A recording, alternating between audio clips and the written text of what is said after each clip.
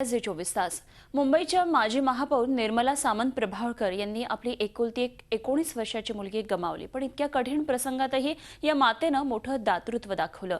आपली दिवंगत कन्या हेमांगी हिचा लिव्हर, किडनी आणि डोळे असे अवयव दान करून त्यांनी मोठा आदर्श घालून दिलाय। हेमांगी प्रभावळकर नेहमीप्रमाणे हसत खेळत उत्साही होती। अचानक तिचं डोकं दुखायला लागलं। पुढच्या 10 मिनिटात उलटी झाल्यानं ॲम्ब्युलन्स बोलवावी लागली।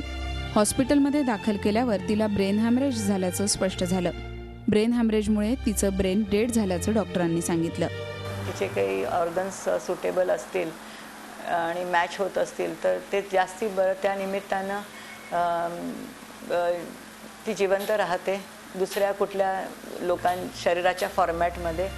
काँग्रेस नेत्या आणि राष्ट्रीय महिला आयोगाच्या सदस्य असलेल्या निर्मला सामंत यांचा एकुलता एक आधार गेला। दुःखाचा मोठा डोंगर त्यांच्यावर कोसळला। पण त्याही स्थितीत या आईनं आपलं सामाजिक भान जपलं। आपल्या मुलीची किडनी, लिव्हर आणि डोळे डोनेट करण्याचा निर्णय त्यांनी घेतला।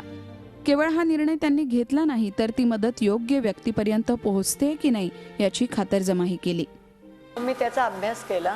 एवढे जे दिवस मला मिळाले हे डिसिजनच घ्यायला मी वेळ घेतला, कारण मला हे बघायचं होतं की आपण जे करतोय ते त्याचा सत्कामी आले पाहिजेत आणि योग्य डोनर आहे ते आणि त्याचा व्यापार होता कामा नये। एका आईच्या या दातृत्वाचं कौतुक करावं तेवढं थोडंच।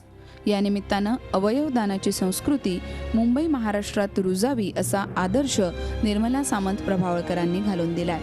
त्यांच्या या दातृत्वाला झी मीडियाचा सलाम।